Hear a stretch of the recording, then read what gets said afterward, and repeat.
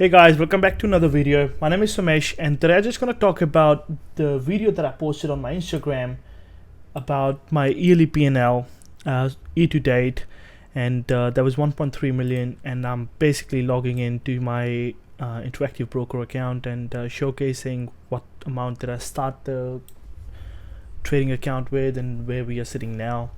The only reason I wanted to do this is because of the transparency purposes, not to brag about the money I have made, yada yada yada.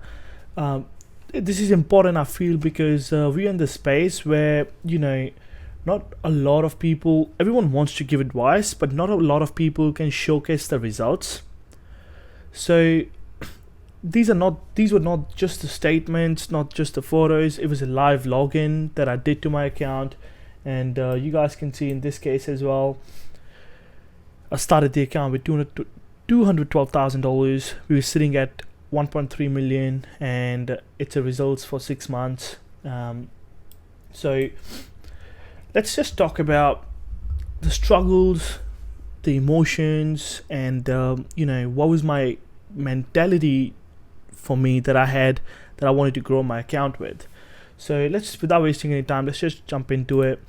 So the number one thing that I was focused on while trying to grow this account was I want the initial phase, like in January, I just wanted to focus on having a little bit of cushion. So if I'm sitting at $200,000 on my trading account, I wanted to have a little bit of cushion. So that could be like 20,000, 30,000, or whatever for my case, it was like $30,000. So it took me like first 2 weeks to get to that number. So after that, I was like a little bit more comfortable trading. Why? Because the criteria where you want to grow your account, but without having any sort of cushion, doesn't work. Because when you have a cushion, you have the confidence that's okay, that I just made this money, now I can use this money to even make more money, right? So this was my main purpose, why I just wanted to have a cushion, and that was my main strategy. Initial phase of my account in January, I wanted to just have a cushion so I can move that account higher. And so the most of the money that actually came, 1.13 million, most of the money came from, I would say 99% of the money came from just day trading. So it was like, what day trading is. If you're new to this channel, I open a position and I close it before the market closes. So it's basically lasts from anywhere from within a few seconds to within a few hours. It never goes overnight. So I had the strategy where I just wanted to take day trades, because I feel like I have an edge over day trades, where some uncertainty that happens overnight on a stock, it would not affect my P&L, right? So I just wanted to focus on day trading. That was a big reason.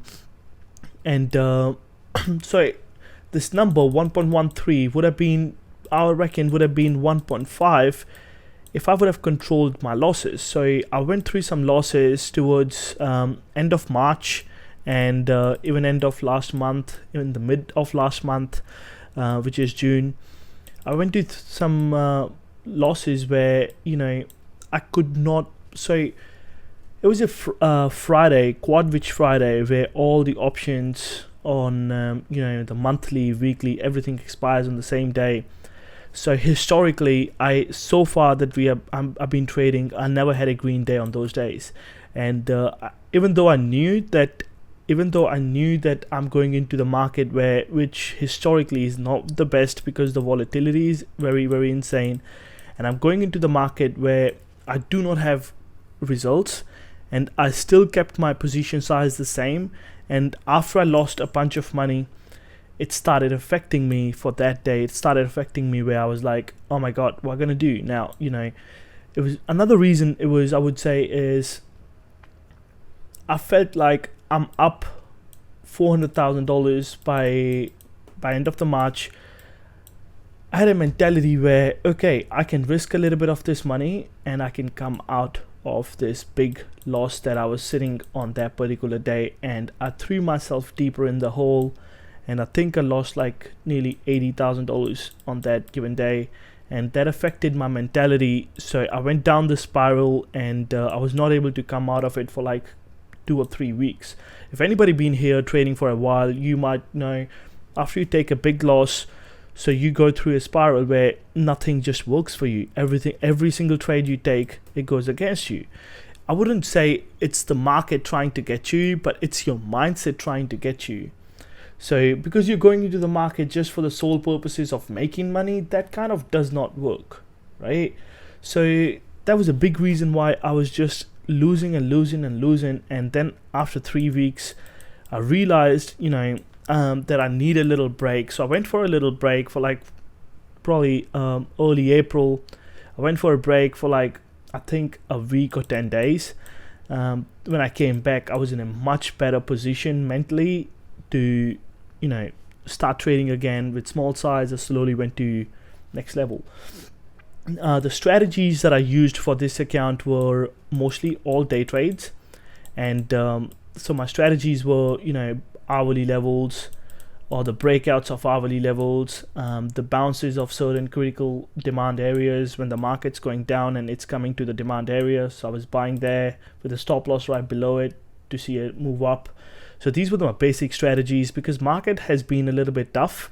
We've been all over the place because the Ukraine war, and then some other news came out about this inflation and all the interest rates. So the market has been a little bit choppy, but I've been doing the hourly breakouts to the upside, or it can be to the downside, or bounces and rejects of supply and demand area.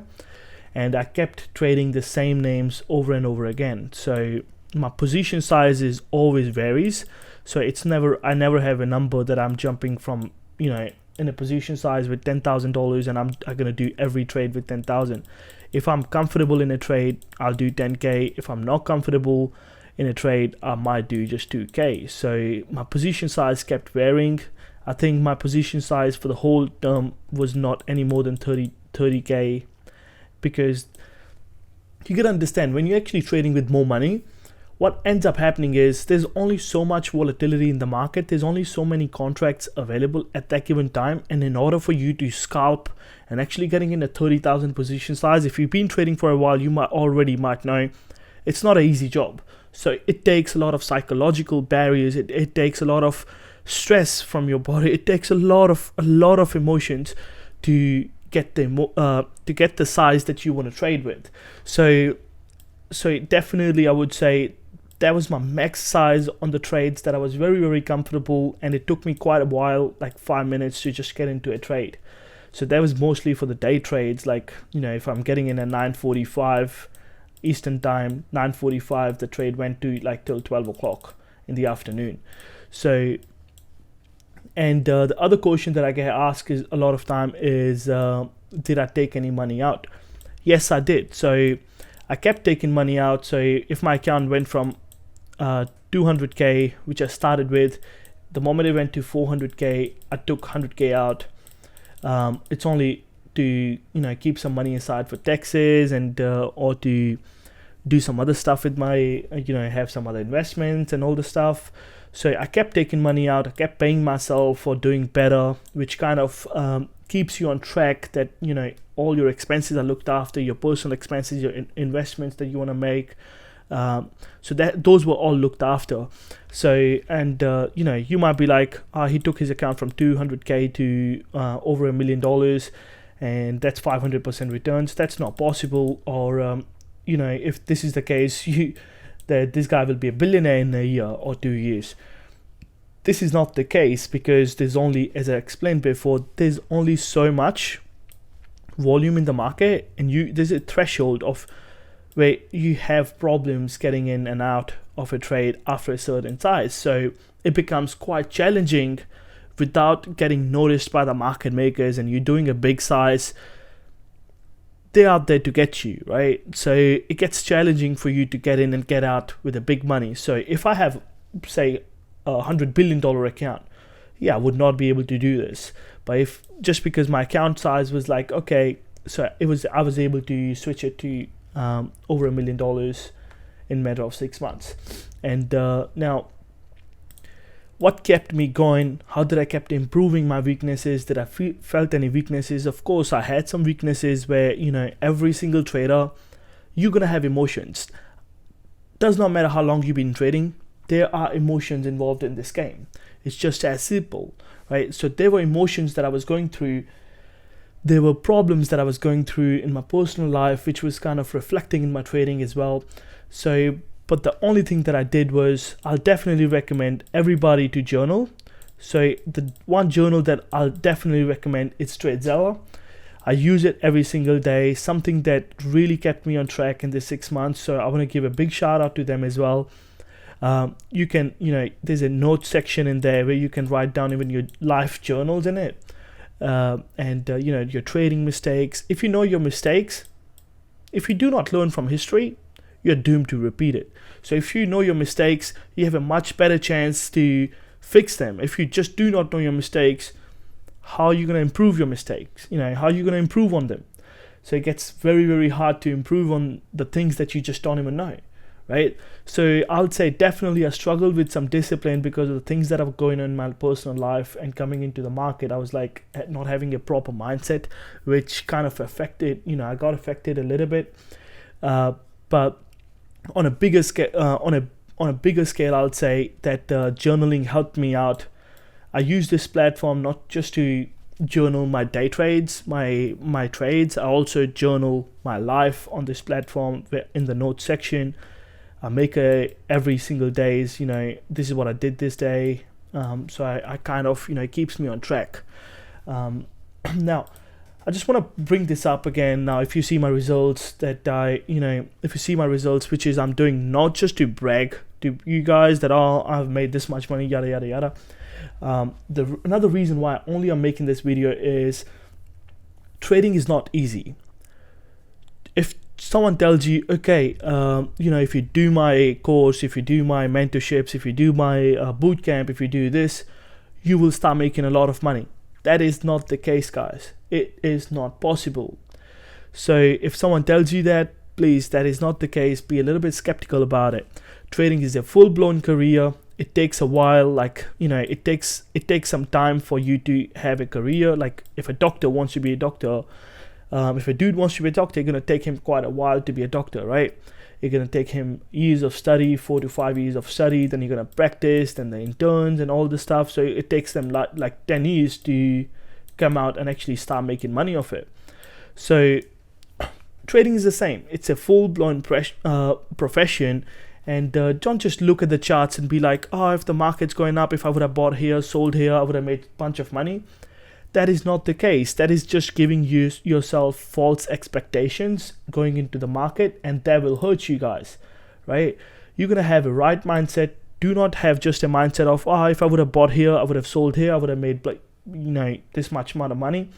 I'm not saying this just to discourage you guys, but my main reason is to put you guys in a right mindset. That, for me, it took me 14-15 months to just have my first consistent month. So it will take it will take times. It might take months for some people, it might take a couple of years. Now, while I'm saying this, a lot of people reach out to me and they're like, I just don't know what my edge is. One thing I want to clear out to everybody: stop looking for edge outside the market. You know what I mean? The edge is always inside you. Just realize, what do you do better? What do you do good?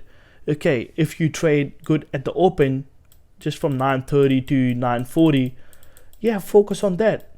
If you trade, certain